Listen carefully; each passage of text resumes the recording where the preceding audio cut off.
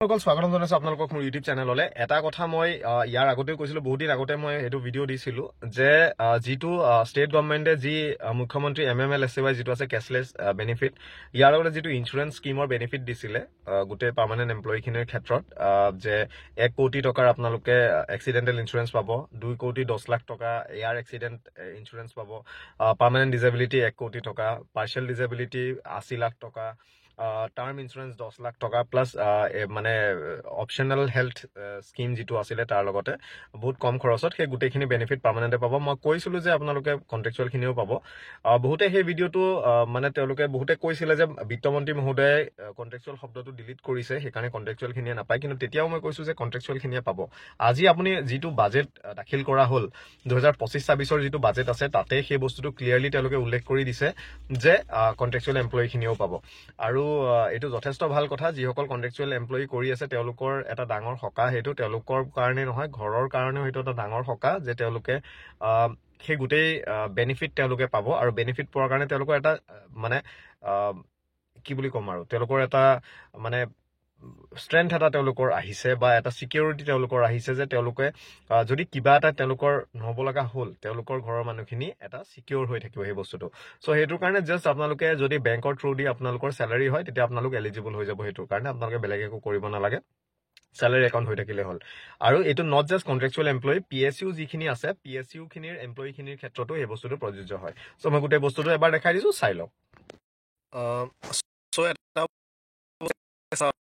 Budget হৈছিলে, তাতে এটা ইম্পৰ্টেণ্ট বস্তু তেওঁলোকে দিছিলে যে যি অষ্টদশ মুকুতাৰ উন্নয়নী মেলা বুলি তেওঁলোকে কৈ পেলাই যি অসম বাজেট তেওঁলোকে প্ৰেজেণ্ট কৰিছিলে 2025-26 কাৰণে, তাতে তেওঁলোকে এটা বস্তু দিছিলে যে অনাৰিং ছাৰ্ভিচেছ অফ গভৰ্ণমেণ্ট এমপ্লয়িজ বুলি।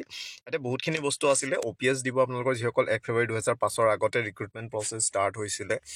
ইয়াৰ লগতে UPS তেওঁলোকে ইণ্ট্ৰডিউচ কৰিব আমাৰ ষ্টেট গভৰ্ণমেণ্ট এমপ্লয়িজৰ ক্ষেত্ৰত।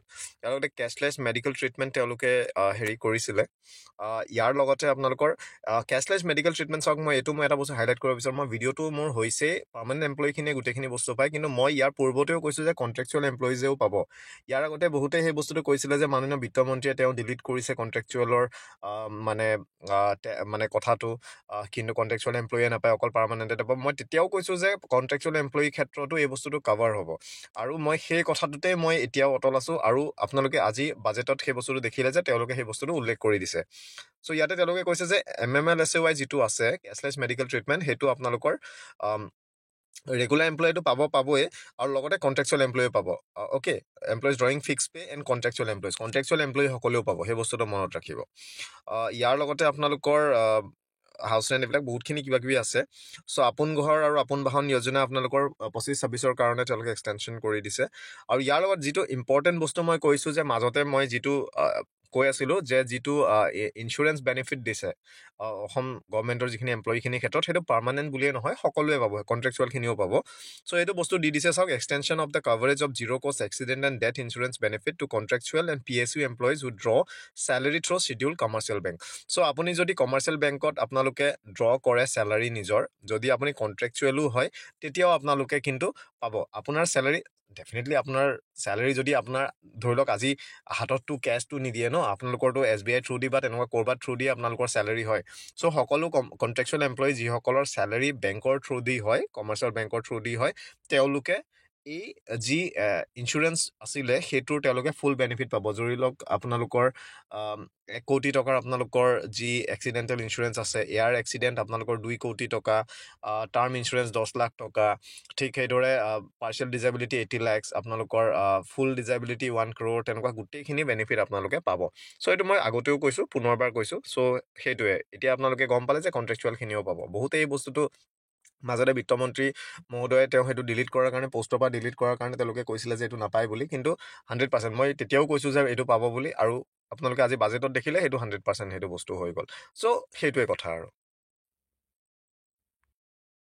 এইটো আপোনালোকে দেখা পালে কণ্ট্ৰেকচুৱেল এমপ্লয়ী হওক বা PSUৰ হওক বা পাৰ্মানেণ্ট এমপ্লয়ী হওক, সকলোৰে ক্ষেত্ৰতে এই বস্তুটো প্ৰযোজ্য। আৰু যিসকলে কৈছে কণ্ট্ৰেকচুৱেলে নাপায়, সকলোৱে পাব আৰু এইটো একেবাৰে মানে গ্যাৰেণ্টিড হয় গোটেইখিনিয়ে পাবই যিহেতু বাজেটত সেই বস্তুটো তেওঁলোকে ক্লিয়াৰলি মেনশ্যন কৰি দিছে কণ্ট্ৰেকচুৱেল শব্দটো আছে সেইটো এতিয়া আকৌ নক'ব যে কণ্ট্ৰেকচুৱেল শব্দ নাই বুলি সেইটো ক্লিয়াৰলি তাতে আছে আৰু আপোনালোকে যিসকল কণ্ট্ৰেকচুৱেল কৰিও আছে যিহেতু কণ্ট্ৰেকচুৱেল এমপ্লয় বহুত বেছি আছে বহুতখিনি আছে চ' সকলোৱে ইয়াৰ বেনিফিট আপোনালোকে পাবই কোনো চিন্তা কৰিবলগা কথা নহয় চ' এইটোৰ কাৰণে জাষ্ট আপোনালোকে নিজৰ একাউণ্টটো চেলাৰী একাউণ্ট হৈ আছে নাই সেই বস্তুটো আপোনালোকে চেক কৰিব ইয়াৰ ডিটেইল SOP আপোনালোকৰ ইয়াৰ ফাৰ্ডাৰ ইয়াৰ পাছৰ প্ৰচেছত আহিব কিন্তু ৰেষ্ট এচিয়ৰ্ড যে আপোনালোকে কণ্ট্ৰেকচুৱেল হ'লেও আপোনালোকে এই গোটেই স্কিমৰ বেনিফিট আপোনালোকে পাব আৰু যথেষ্ট এটা ভাল কথা এইটো আমি ডেফিনেটলি চৰকাৰক আমি ধন্যবাদ দিছোঁ যে কণ্ট্ৰেকচুৱেল এমপ্লয়ীখিনিকো যিহেতু সামৰি লৈছে এইটো স্কিমৰ আণ্ডাৰ যথেষ্ট এটা ভাল কথা হৈছে চ' ইমানেই আছিলে থেংক ইউ ভিডিঅ'টো চোৱাৰ কাৰণে নতুন ভিডিঅ'টো আকৌ লগ পাম খালি কওঁ যে ADR ক্ষেত্ৰত আপোনালোকে প্ৰিপেৰেশ্যন কৰি থাকক দেৰি নকৰিব